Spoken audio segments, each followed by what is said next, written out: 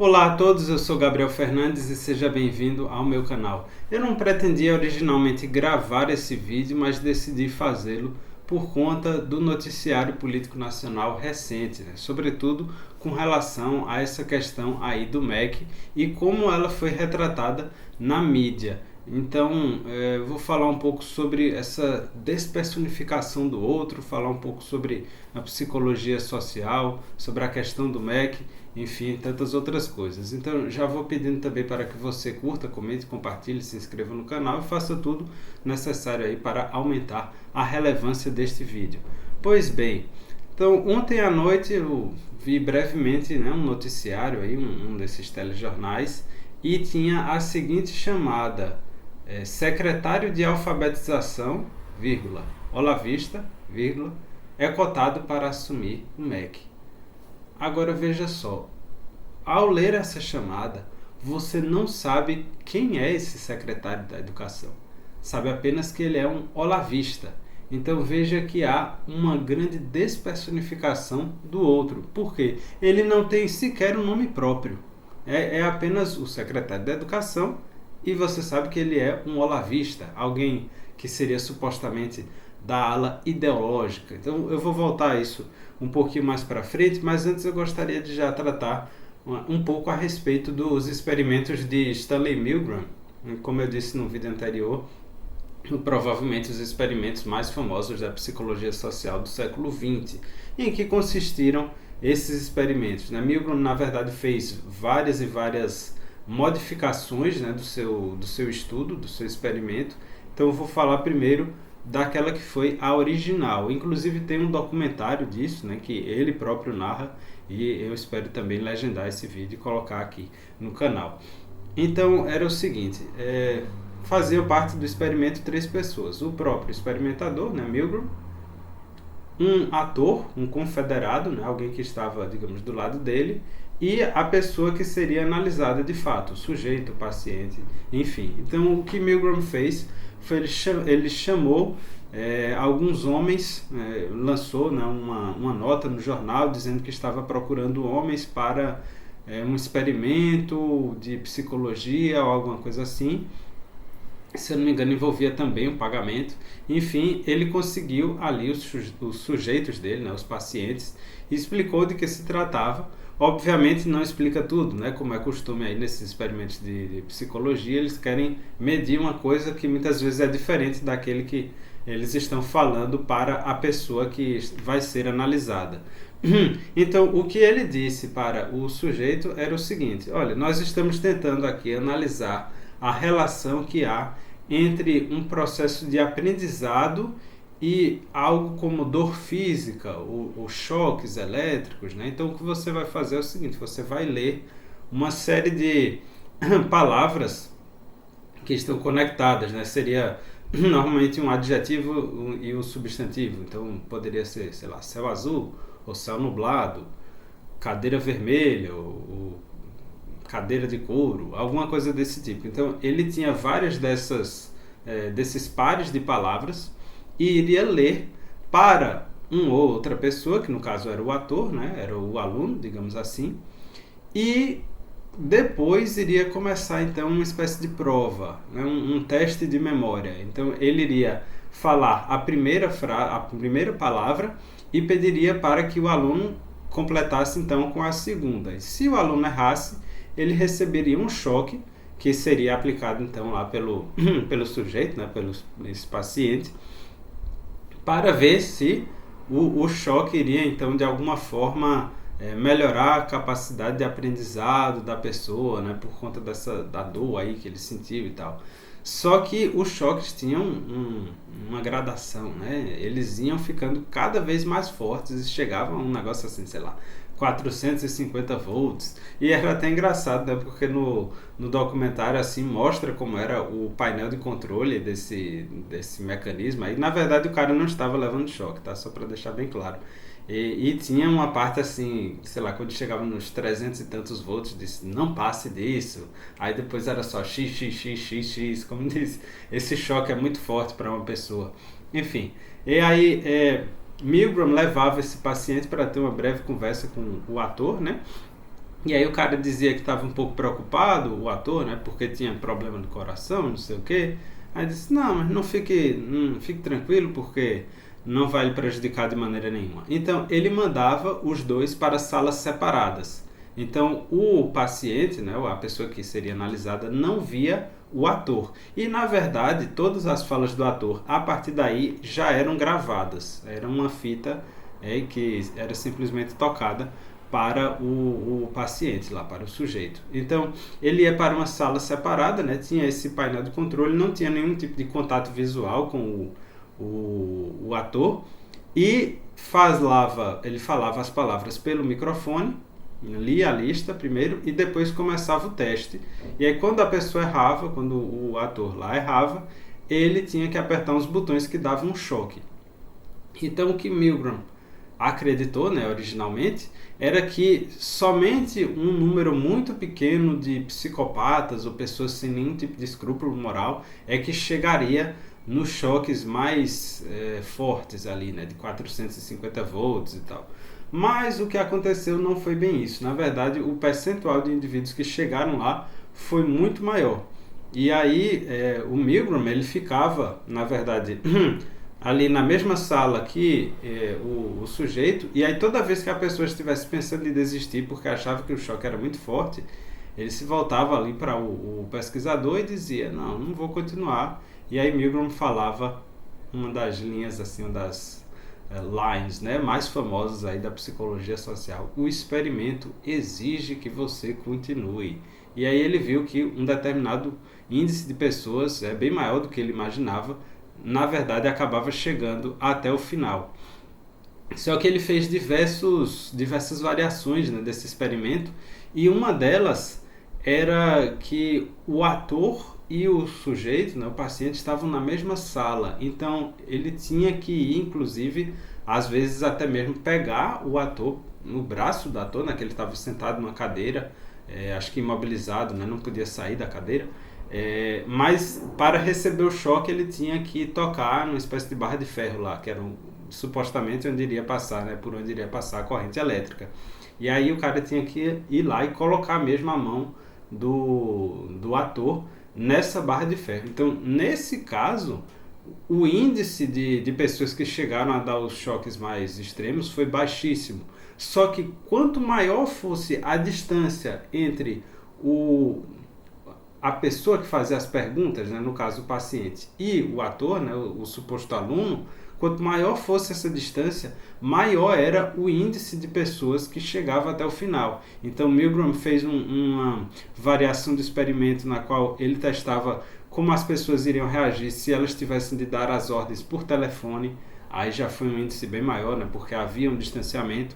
E os índices mais altos aconteceram no experimento que havia uma espécie de, não vou dizer burocracia, né, mas era um distanciamento maior, porque a pessoa que dava o choque não era a mesma que dava a ordem para dar o choque.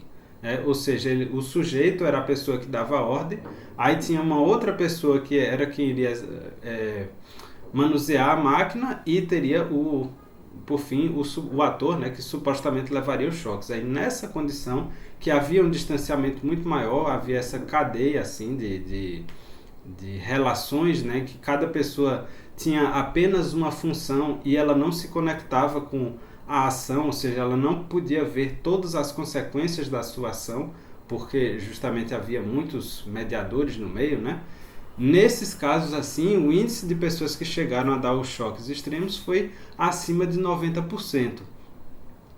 Então, passando dessa coisa aí dos estudos, dos experimentos de Milgram, para uma realidade assim concreta, digamos, né, que foi o da Segunda Guerra Mundial, sobretudo dos nazistas, porque esse daí foi inclusive um dos grandes objetivos de Milgram, foi ver até que ponto, né, seria possível passar aí os resultados que ele obteve nesses experimentos para o que aconteceu na vida real ali na Alemanha nazista, ou seja, as pessoas estavam supostamente seguindo ordens e por conta disso elas foram levadas a cometer atos que eram imorais. Então, se formos analisar logo essa questão da Alemanha nazista, né, vem à minha mente o que aconteceu em Auschwitz, né, o campo de concentração de Auschwitz, o mais famoso, o maior também, onde morreram muitas pessoas. Então, quem já esteve lá, na Polônia, nesse campo, já deve ter visto, ou pelo menos se lembrar, de uma parede de fuzilamento que existe no campo de Auschwitz I. Auschwitz, para quem não sabe, tinha 3 campos maiores, né? 3 campos grandes assim. E o campo 2 era aquele famosão, né? De A Lista de Schindler e aqueles filmes assim, normalmente retratam Auschwitz II. Mas o primeiro campo, obviamente, né? Foi Auschwitz I. E havia uma parede de fuzilamento. Então, muitas vezes, os próprios presos ali, eles escutavam as pessoas que estavam sendo mortas, né, sendo executadas. Isso daí já era também uma espécie de tortura, né, que era infligida neles. Mas o que aconteceu ali foi o seguinte: os nazistas perceberam que esse método de execução não era muito eficaz. Por quê? Porque os próprios soldados que estavam executando os judeus e, enfim, os presos lá, os prisioneiros do campo, muitas vezes enlouqueciam, porque eles tinham um contato muito próximo com a vítima, né? Eles tinham que dar o tiro, na verdade, a queima-roupa, né? Então, essa proximidade fazia com que eles tivessem algum tipo de relacionamento com a vítima, né? Não, acho que deu para entender o que eu quero dizer. E por conta disso, eles iam ficando cada vez se sentindo piores, né? Toda vez que havia uma execução, e com o passar do tempo, muitos acabavam enlouquecendo. E aí, por conta disso, eles mudaram o método de execução para aquele que foi o mais aplicado no campo de Auschwitz II, que era o da câmara de gás. Por quê? Porque ali você colocava vários prisioneiros dentro dessa sala, né, bastante ampla, e tinha como que uma chaminé assim no teto, por onde os nazistas iam lá e viravam uma espécie de balde com o conteúdo lá, né, do gás que iria asfixiar ou que iria matar os prisioneiros. Então, nesse caso, não havia um contato mais próximo entre o assassino e as suas vítimas, né? Ele nem sequer podia vê-las. Ele estava simplesmente derrubando ali alguma substância numa sala, e ele não sabia o que tinha lá dentro, ou deveria saber, mas não podia ver o que tinha lá dentro. E aí, com esse distanciamento maior, essa despersonificação do outro, acabou que os carrascos, né, não possuíam nenhum tipo de remorso, ou eram um índice muito menor do que quando eles executavam com tiros de queima-roupa. Isso daí me lembrou também de uma outra história, né, vou relatar aqui brevemente, também sobre Auschwitz. De um livro aqui de Denis Avey, que seria, o inglês é The Man Who Broke into Auschwitz. Eu não creio que tenha tradução para o português, mas talvez até tenha. Mas é O Homem que Invadiu Auschwitz, né? Então, Denis Avey foi um soldado britânico da Segunda Guerra Mundial. Ele ainda era vivo, assim, até alguns anos atrás. Não sei se já morreu, mas ele tinha uns 90 e tanto. Se estiver vivo, está bem velhinho, né? Ali perto do 100. E, enfim, ele foi um soldado britânico na época da Segunda Guerra Mundial e virou um prisioneiro de guerra dos nazistas, sendo mandado para Auschwitz, mas ele ficou em Auschwitz III. E ali, né, tinha uns relatos de que ele conseguiu, aliás, ele mesmo conta, né, que ele conseguiu trocar de lugar com um prisioneiro judeu por 2 noites, né, em momentos separados assim, meio que para ver como era lá dentro, né, de Auschwitz II, e também para dar ao prisioneiro judeu uma refeição melhorzinha, que era o que ele iria ter em Auschwitz III, onde ficavam os prisioneiros de guerra. Enfim. Só que a história que eu gostaria de contar desse livro é que Avey fala que ele matou pelo menos um soldado, né, durante os confrontos. E isso daí que ele sabe de certeza, porque ele matou a queima-roupa. Foi com uma faca. Era uma operação na África, né, que ele estava envolvido ali, então uma noite bem escura. Ele não iria usar armas de fogo, porque isso daí poderia chamar a atenção, né, de outros soldados inimigos que estivessem ali na redondeza. Então tinha que fazer o trabalho muito sorrateiro. E aí ele viu esse soldado inimigo e foi rastejando até ele, né? Estava muito escuro, então o sujeito não conseguia ver o ave se aproximando. Ele foi ali bem silencioso e quando chegou perto, deu uma facada e matou o cara. E ele disse que a sensação era como se o espírito ou a alma do sujeito estivesse ali rondando ele mesmo, rondando o próprio ave, como que o perseguindo assim, sabe? Porque com essa morte, esse tipo de morte que você tem o contato físico, o contato muito próximo, ele diz que essa é a sensação, como se você estivesse sendo perseguido pela alma da pessoa que você matou. Isso daí não era o que acontecia quando há uma grande distância, mesmo uma distância física entre a vítima e o perpetrador. Então, se ele tivesse, sei lá, com um rifle de franco-atirador e matasse alguém a 500 metros de distância, não daria nem de longe esse mesmo efeito.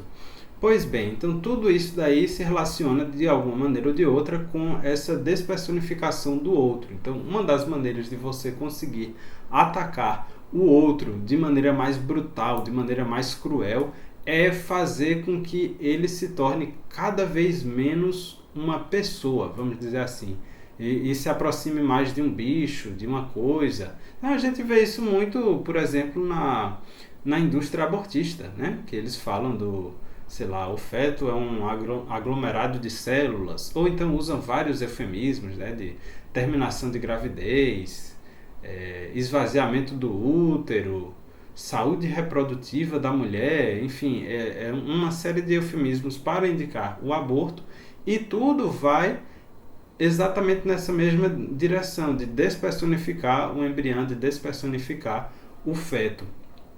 Até porque se você fosse no caminho inverso, ninguém iria praticar um aborto, não é mesmo?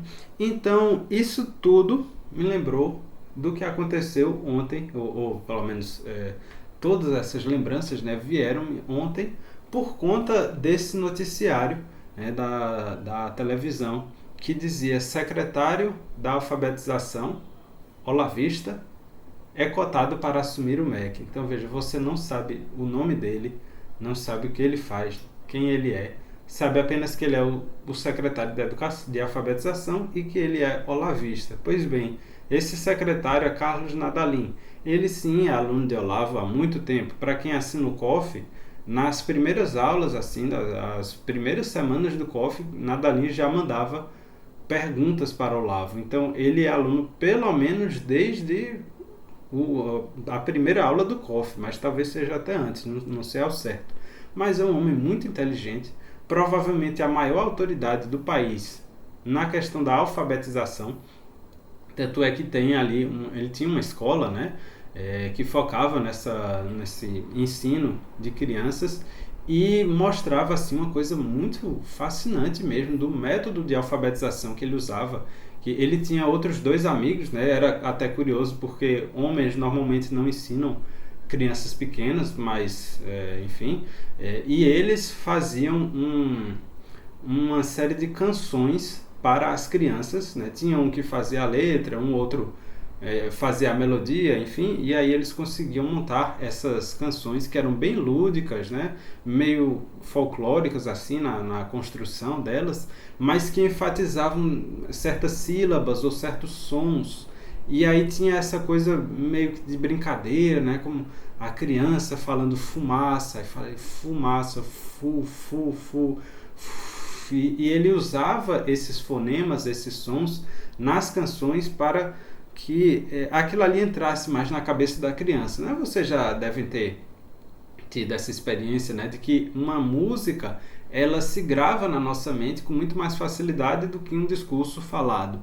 Então ele fazia essa junção de música com a poesia, né, com a letra, para alfabetizar as crianças. E era uma coisa assim fantástica, sem falar que ele sabe muito dos métodos silábico, método fônico, socioconstrutivista, construtivista, e acho até que tem um canal do YouTube dele, ou pelo menos vídeos na internet você certamente vai encontrar, onde ele fala, né, dos diversos métodos, quais são as forças e as fraquezas de cada um, e ele faz um ranking ali de quais são os melhores métodos, né? Então é um sujeito que tem sem dúvida muito conhecimento na área. E aí veja só Hoje eu fui ver, né, essa questão aí do MEC, porque pelo menos enquanto eu estou gravando esse vídeo, Weintraub ainda não pediu oficialmente demissão, mas tinha assim uma matéria de O Globo, né, que dizia, como é? Eu esqueci agora a manchete, mas era algo como o secretário de alfabetização tem um currículo forte o suficiente para ser um ministro de Bolsonaro.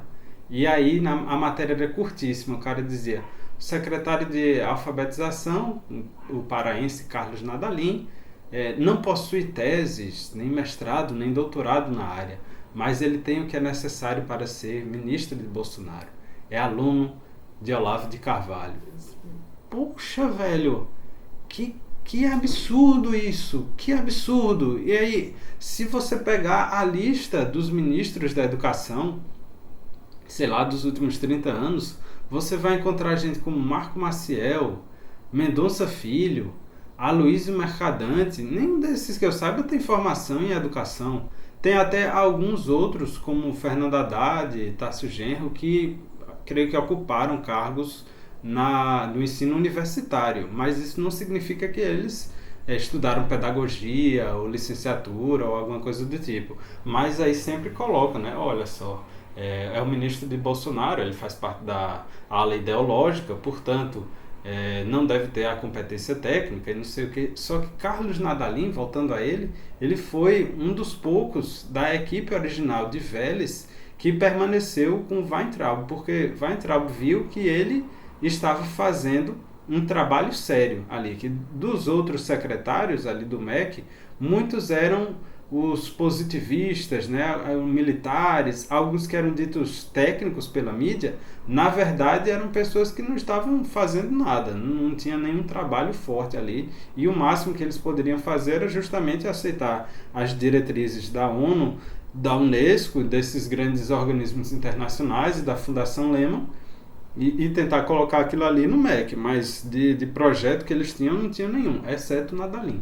Então o próprio Weintraub falava, olha, ele era dito o ideológico, só que era o que estava fazendo o melhor trabalho técnico entre todos os secretários. Então veja, eu acho que se algum outro assumir aí esse cargo, principalmente se for Nadalim, ele vai continuar sendo vítima, sendo alvo de protestos, de ataques por todos os lados, porque agora já não é mais uma coisa racional. E isso daí, para mim, já ficou muito claro. Ele vai ser atacado por todos os lados. Mas isso começa, novamente, né, para dar aqui essa unidade do vídeo, isso daí tudo começa com essa questão da despersonificação do outro. Nadalim não está sendo tratado como uma pessoa com nome próprio. Ele é o secretário de Educação ou de Alfabetização olavista. Então, por hoje é isso. Eu vou pedir novamente aí, se você ficou até o final, para curtir, comentar, compartilhar esse vídeo. E eu vou continuar lançando mais algumas coisas a respeito do estudo de Stanley Milgram, porque tem muita coisa a ser falado sobre ele. Muita coisa mesmo. Então fiquem ligados. Valeu.